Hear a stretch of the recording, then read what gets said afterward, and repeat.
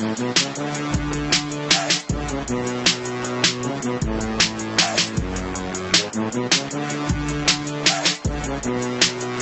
podcast here, recording us on Saturday, December 14, 2019. We're nearing the end of the not just of the year, but the decade.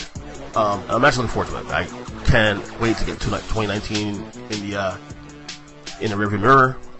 It's been a challenging year for me personally in some ways, but you keep moving, you keep striving, you keep trying to do things, and you keep trying to stay positive. And I can't afford to really to get wallowed in depression and whatnot, because I got people that depend on me. I got a wife and 2 kids that depend on me. I got pets. I got all that. I got a lot of things. And there's still, and also there's also more things to be positive about, even though there may be some hiccups on the road. And I think what I'll do at the end of the year, probably in 2 weeks on the show, I'll do a 2019 wrap up on the things I liked and didn't like. But before we get started, we got a sponsor on the podcast, and that is Big Lee Pillows. Put in the promo code Earnest, EARNEST. It is the holidays, so if one of the gifts I will say that I recommend to giving your kids, your loved ones. I actually ordered mine for my 2 boys, Eli and Logan, ages 6 and 2. I ordered 2 Miami Heat embroidered pillows with their names on it, which is in the mail as we speak, and yeah, I suggest you guys get that. It's a great gift. Great stuff. Again, put in the promo code EARNEST. There'll be free shipping with the order. So get it right now, BigLeePillows.com. Anyway, let's get started here on the podcast. We're going to go solo today. And part of the reason I'm going solo today is the schedule. If you noticed too, at least a lot on this podcast feed. Now, I've been throwing in some unfiltered shows, shorter podcasts. I merged my other podcasts onto this feed because it's it's pretty much the same thing at this point now. But there's going to be a lot of changes going forward with this show. Some changes, I'd say, schedule-wise, and I'll explain why. First off, I recently, in my day job, in the last month and a half, 2 months, changed my schedule. I'm now working all days, all daytime shifts now. And it's a big deal because I used to, a good portion of my recordings I did on the podcast were done during the day. Like, for example, when I did podcasts with typically with Kyle Nash, Studio the Game Report podcast during football season, especially too, we would actually do that during the day. I actually would get him out of work to come out and do a pod, for 30 to 40 minutes. Now with me going to days now, that is kind of sort of eating up some of the time I had left to do podcasts, which leaves me now with pretty much 2, maybe 3 days to do pods, if I'm lucky for 3 days, because again, all the responsibilities, kids, work, visiting family and friends, still having a life for myself, which I to be honest with you, I don't have a life anymore. Anyway, my life right now surrounds my job and my family, and that's it. I mean, we don't have time to do anything. But it is great. I will say this much: it's been good for me personally, lifestyle wise, with the schedule. I've worked mostly nights over the course of the last 10 to 15 years, give or take. Which I didn't have a problem with, especially before I had kids. It didn't matter.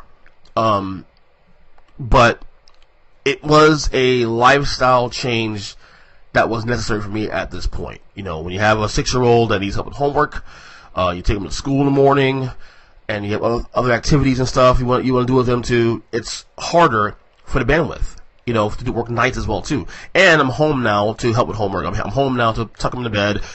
It helps my marriage too, because my wife, the days I'm working, she's home. We have more time together at night to watch TV or to binge TV shows or to do, things that we do as a married couple. It's good to, and it's also good to know that I know when my day ends at work.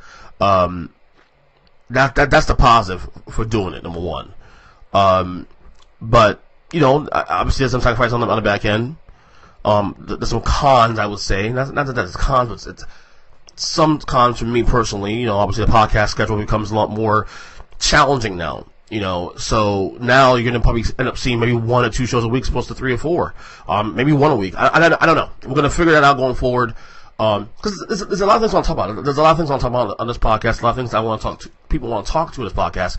So I'm trying to prioritize it, but also not get burned out, and B, still make sure I have time away from time aside from my family. You know what I mean?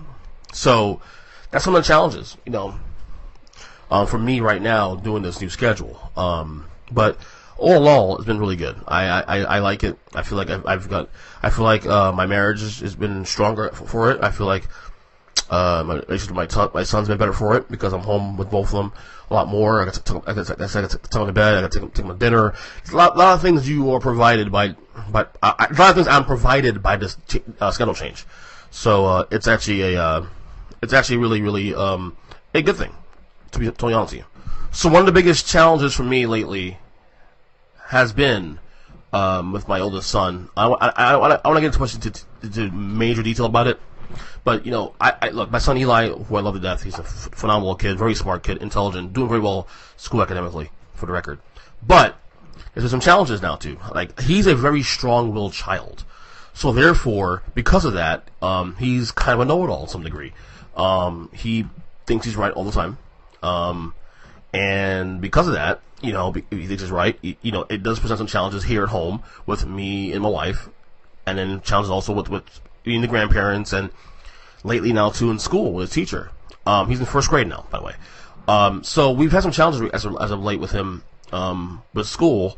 Not academically. He's doing well academically. It's some of the behavior. Like, he hates being told no.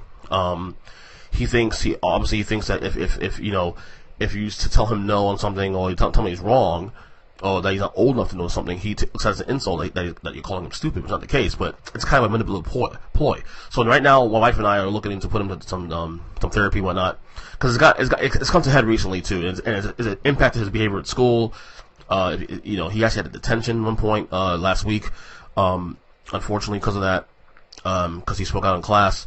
But again, it's so strange because in terms of academics, he's doing very well. He's reading at a third grade level. One of the things we were talking about is, is he bored? We actually wonder if he's actually bored in class, because he's doing so well in school that I wonder if he's even being challenged enough. But at the same time, we're trying to dissect the problem. And look, I'm a pretty old school parent where I believe in spankings and whatnot, but spanking my child has always been a last resort for both of us. So my wife and I both. We believe in it to some degree in terms of, like, it should be on the table if necessary. We've tried different methods, with him in terms of being overly nice, or negotiating sometimes with him and whatnot, and none of that has worked. So and I don't want to, in my case, carry a heavy hand with them, because I don't think it's effective. I don't think being effective. I don't think being overly strict, in my opinion, is effective either. I've seen that in my family many times, and it's backfired. I've seen, when you spank your child and hit your child physically so much, some of it may even sort of border on abuse, some may not, but at some point they get numb to it. And I've always pride myself in being that parent that I will keep some of my old school, nature, if you will. I will keep some of the things that I've learned, as a child, and use that. But I also don't want to be that same. I also want to go 100% that way too. I also want to embrace newer methods, and I want to dissect the problem. And that's one of the biggest challenges right now. Now, he's been good this week. He's been very nice. Of course, he had a good week in school this week with no issues. So which is a good thing. So that's a positive. But again, you're not given a manual with parenting.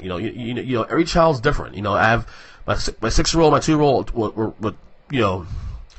They're raised the same way, but they also react differently. My 6-year-old Eli he's very, very independent. Like, he's very independent. To the point where, when he was a kid, he would never want to sleep in bed with us. Like, if we told him, you want to hang with us in the bed and hang out and watch TV with us, no, I'll be alone. I'll go to my room.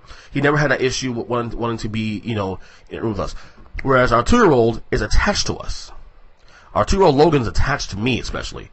So getting him into his own bed has been a challenge as of late. Well, I shouldn't say as of late. It actually is a challenge, period. So you have, again, 2 kids raised the same way, but they react differently. And parenting's challenging, man. Again, you're not given a manual on how to do this. But at the same time, you just have to go with the flow. You have to figure things out. And try to stay positive. It has been stressful. It has, some of these issues we had with both our kids to some degree have put strain on my marriage to some degree, have put strain on my personal life, put strain on, even I would say for me, health-wise to some degree. When I made a decision to, over the summer to stop Facebook back in June, one of the reasons why I did that was because I wanted to focus more on my family over that summer at that time. And I did that. It was effective. Maybe I should go back to that again. Because I'm back on Facebook now, and I don't know why I came back, to be honest with you, because it's just chaotic. It's fun, but it's chaotic at the same time, and a distraction. But it's just a challenge. It's a challenge, and you just have to do what you gotta do, and we're trying. I mean, my wife and I are trying hard to provide a great environment for our kid. We continue to do that, but again, each kid reacts differently, so. It just is what it is. Okay, so let's talk NBA. I haven't done that in this podcast in a little while. I haven't had an NBA guest on in quite a while. I guess it really, other than Mark Francois, I think last episode I recorded last week, Laker-centric episode, really, to be honest with you. And to be honest with you, they really are the talk of the NBA right now. I mean, they're really impressive. 23-3 last night. They were in town last night against Miami. The Heat, my Miami Heat, of course, put up a great fight. Couldn't get the job done late. Butler had a chance to tie the game, take the game overtime. A good look at the end of the game. But I tell you, the Lakers they look great. I know I'm beating a drum here a little bit now the last couple of weeks. That's the only thing I've been talking about with the NBA is the Lakers. But my God, I'm shocked. I'm not shocked they're this good. I'm not shocked they're good. I'm shocked they're this good, this early. Now, obviously, I'm not gonna lie to you. I'm not trying to be negative here towards Laker fans and whatnot. But there is a part of me that's still waiting for another shoe to drop, because it's not that they're not good enough to win a title this year. I already said it. If LeBron and AD and Anthony Davis aren't healthy, obviously they would be right there as the favorite or co-favorite to win the title this year. But there's a lot of things that have to go into that. A lot of things have to go their way. And we're only 26 games into the season. You play 82, then you got another 2-3 months of playoff basketball. Anthony Davis has for the most part, most of his career has been pretty fragile as a player. He's a phenomenal player. By the way, he was a guy I said 4 years ago that he made the jump he didn't make the jump that I thought he'd make that Steph Curry made a couple years ago. When we were talking about LeBron, at the toward the end of his peak, which by the way he's still in his peak, to be honest with you. LeBron still playing phenomenal. He's just changed his game up a lot. He's definitely facilitating more than he's had at any point in his career. But we were discussing back in 2016 and 2015 about who's the next guy in line to be the next big, the next face of the league. And I remember saying Anthony Davis. I kept beating that drum. Anthony Davis was the most talented guy in the league, probably still is now. At the time I was saying Anthony Davis. And then Steph Curry made that jump. And it's not to say Steph Curry's better than Anthony Davis overall. I mean, Anthony Davis certainly has a larger skill set by being, 6'10", 6'11", whatever. But because Davis can stay healthy, because the Pelicans were mediocre at best. They topped out 45 wins one year, and that was it. Meanwhile, Steph Curry was winning championships, historical season, 73-win season, so the jump that we thought Davis was going to make ended up being Steph Curry. So Steph Curry cut the line a couple years early. Now we're starting to see Anthony Davis really flourish in a role that we've never seen him flourish in, obviously. I mean, a lot of it has to do with LeBron James being there too, but I would dare say Anthony Davis is probably their best player. I mean, I would say that if you put, based on the youth, based on the skill set, and based on what's needed, AD is the most important player. LeBron is going to facilitate everything as much as possible, but LeBron's also 35 years old. I mean, we're not expecting LeBron James to carry a team to a championship anymore. I mean, you saw it happen last year. Last year went to LA, first year with the kids, and Lonzo Ball and Brandon Ingram and all those guys, and what happened? He didn't make the playoffs. Now, granted, he missed part of the year for injury, but the team floundered. And to make matters worse too for the Lakers, there's a lot of distractions around the team. With the front office stuff between Magic Johnson and Rob Pelinka, which they obviously fixed. It turned out in hindsight to be the correct thing that happened. Magic Johnson leaving the team and whatnot. But there's a lot of things that goes into this. Look, if you ask me right now, who do you think will win the championship this year? I'm still leaning Clippers because I like their roster better top to bottom. You're going to need depth when it comes to the playoffs. Okay, now granted, I'm not saying that. And look, and we know teams cut their rotations in the playoffs, but once you get past AD and LeBron, the Clippers roster is much deeper. And the Clippers also have players that they can limit AD and limit LeBron to some degree. And once you get past those two guys, who are you relying on? I mean, Kyle Kuzma, you would think would be the next guy in line, but he's been, I mean, and a lot of it maybe due to him not being able to adjust to what's going on with the Lakers right now and what they're prioritizing. But they haven't been able to, after those two guys, you're really going down to Danny Green's in the world. And who's really good, but can't carry a team. Jared Dudley's in the world, and Rondo's no longer the same guy. The Clippers have Paul George, Kawhi Leonard. Okay, then you have Montrezl Harrell, Pat Beverly, guys who are ballers, who are junkyard dogs, who I believe when it's go time, they will rise to the occasion. And now people are going to say, well, look at the record right now. Well, this is the thing, and part of the reason why I had the Clippers being the number 4 seed this year for the starter was because of the fact that they're not going to prioritize the number 1 seed. We said this. I said this to you guys before the year started. Their mission between now and April was to stay healthy, make sure Kawhi has legs, make sure Paul George has legs, and don't forget, Paul George was the first month of the year too. Don't forget that. So they're prioritizing this being healthy enough for the run in April through June. That's the difference. Whereas the Lakers, they're going all in right now. Now, will it hurt them going forward? I don't know. But history tells me that with Anthony Davis' history, he will not stay healthy. But I'm not even hoping it happens. I'm just saying, I'm just speaking on base what I've seen from his career for the first 8 years of career. I'm not speaking any lies here. This is the truth. This is what has happened with his career in the first 6, 7 years of his career. No one's lying about that. So I think the Clippers have the better foundation in the long term. But if AD and LeBron are healthy in April, May, and June, and everything I'm saying, all my concerns about the Lakers are no longer a concern, and they become the past, then I will say you got to watch those championships, and maybe the Lakers will be the favorite because you have 2 of the 5 best players in the NBA. But I would dare say 2 to 3 best players in the NBA on the same team. So, but it's a fascinating year so far. You have the Lakers, obviously up to a great start. The Clippers are solid. Milwaukee Bucks in the Eastern Conference are dominating as well too. Obviously, the Sixers are right there. My Miami Heat has had a phenomenal start to the year. I already said to you guys, Eric Spoelstra should be coach of the year. That's not even hyperbole. That is the truth. I mean, look at these guys he's working with now that are becoming great role players right now. This start of the year, Duncan Robinson and Kendrick Nunn and Tyler Hero, guys who either were Harrell was a higher draft pick, but the other guys, didn't know who the guys were until they came stepped on the court this season. So there's a lot of interesting storylines. And by the way, the Eastern Conference, not as bad as we thought it is. Now, obviously, the bottom of the East is pretty bad, but the top 6 teams in the East, not that terrible. And then you're gonna have, and that's not including the Nets next year when they get Kevin Durant back. You have the Eastern Conference right now where you have obviously Milwaukee, Philadelphia, Boston's good, Miami's good. Toronto obviously made a jump this year with Siakam, and then Indiana, who will get back Oladipo at some point in the next month or so. Okay, and then next year Brooklyn with Kyrie and Kevin Durant. So the Eastern Conference is a lot better than we give credit for coming to the year. Obviously top heavy with the Lakers and the Clippers, but the West is top heavy. But I would dare say the Eastern Conference top 6, 7 teams are better than the Western top 6, 7 teams. Obviously the best story, to watch this year in the NBA, for me, the most fun story to watch is the Mavericks and watching Luka Doncic as much as I can. It's been great watching him play and grow. But it's been a fascinating year. A year that started with the China stuff, and the ratings obviously still is a story, but within the game itself, within the confines of the basketball court, it's been a fun year, and I'm really enjoying it. Okay, on the pro wrestling end here of things, I know we talk wrestling on this podcast now.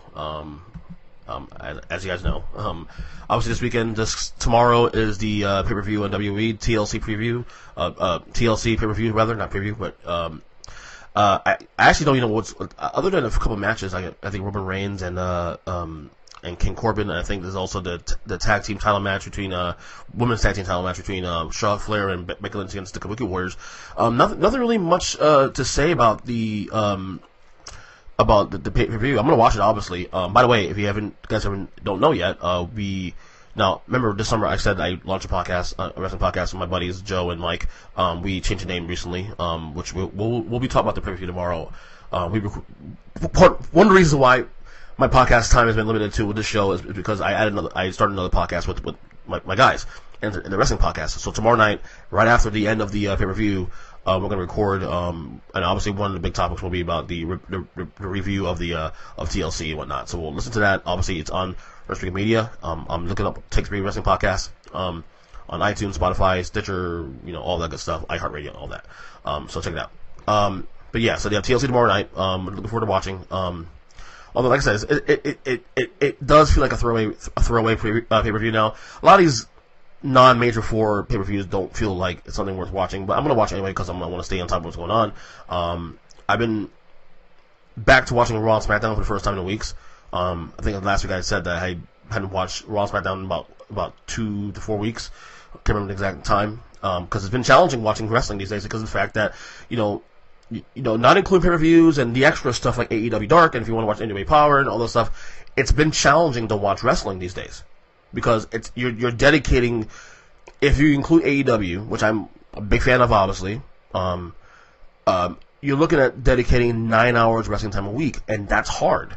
That's hard on my end because of the fact that I have lots of things going on. You have 3 hours of Raw, which I actually watched, and it ends up being an hour and a half for me because I watched on Hulu, the edited version. I decided just to keep that for now. You got 2 hours of AEW, you got 2 hours of NXT, you got 2 hours of SmackDown. Now, of the 4 shows, I'm more geared up and more jacked up for AEW's Dynamite on Wednesday nights, and as well as NXT Wednesday nights, and what they do. So I love watching those 2 shows.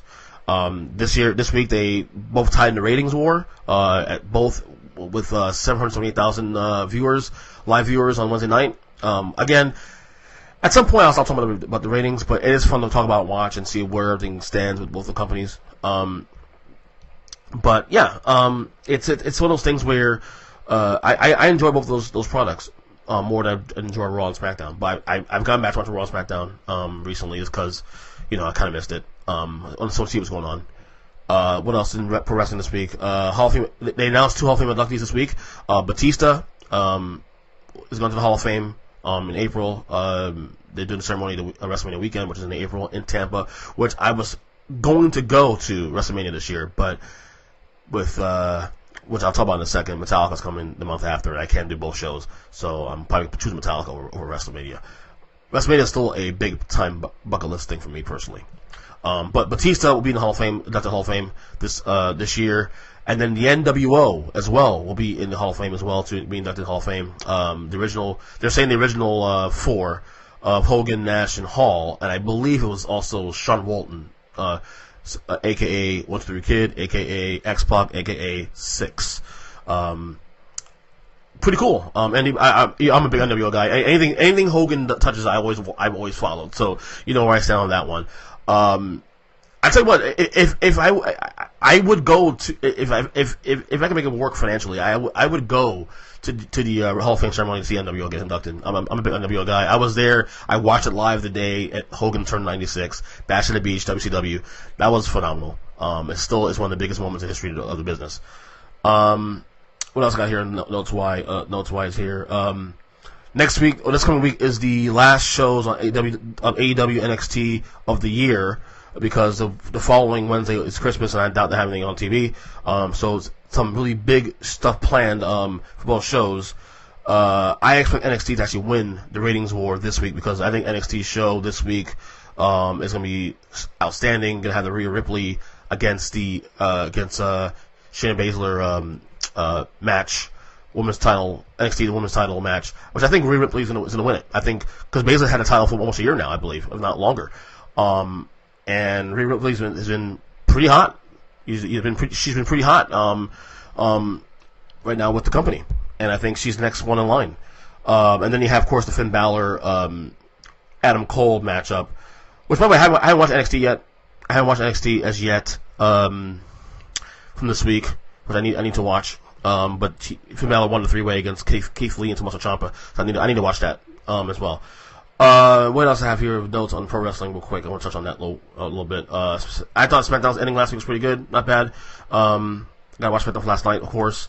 Chris Jericho's a shit, dude. If you watch the promos what Chris Jericho did again, he did two. He did one with Moxley on AEW to open a show. Moxley won a squash match. And then him in the Inner Circle took over the booth with Jim Ross during a Sammy Guevara match. Good stuff. Chris Jericho is really doing a good job putting guys over in the company. I'm really enjoying what he's doing. You know, it's funny. I watched Chris Jericho when he started in obviously WCW 1996, 97, 98, and then he left to WWF. I watched his first year or two at WWF. And then I started watching again. I started watching wrestling in 02, but so I can't speak on anything between 02 and 19. But what he's doing right now is one of his best runs ever, honestly. And he's doing it at an age, closing on age 50.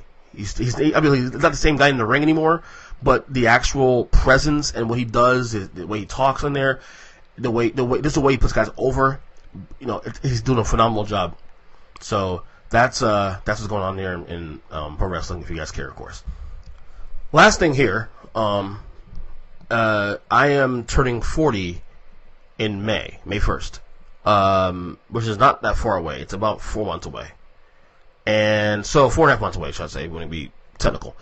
And I found out recently, and I mentioned earlier in the pod, that Metallica, my favorite band in the whole entire world, is coming down here the week after I turn 40. They're doing a festival. It's a 3-day festival where they're doing 2 shows on the front and back end of the festivals.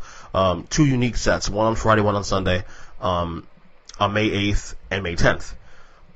It's the Rockville Festival, but they're doing a bunch of the guy who runs the festival is doing a similar layout for 4 other cities in the country around that same time frame between I believe April and June, I believe.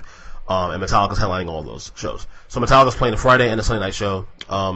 So we're preparing. I was mentioning on top of the show about WrestleMania. I want to go to WrestleMania in April, but Metallica now kind of sort of just jump started those plans now. So most likely Metallica will be the not most likely. It is going to be Metallica being the priority now for me in May, because I can't afford to do both shows. WrestleMania is expensive, so is Metallica.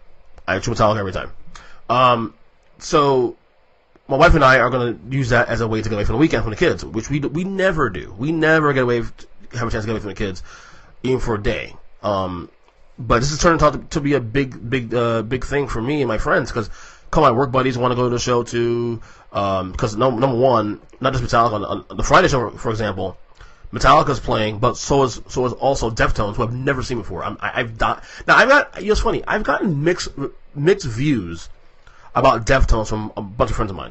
There's some people who say they're great live, and there's some people who say they suck. I want to see for myself, personally. My buddy of mine who is a big fan, he says they're great live, and he's going to the Friday show, of course, too. But now, also, my sister has now expressed going to the show with me, too. Which is crazy, because she's not even into this kind of music.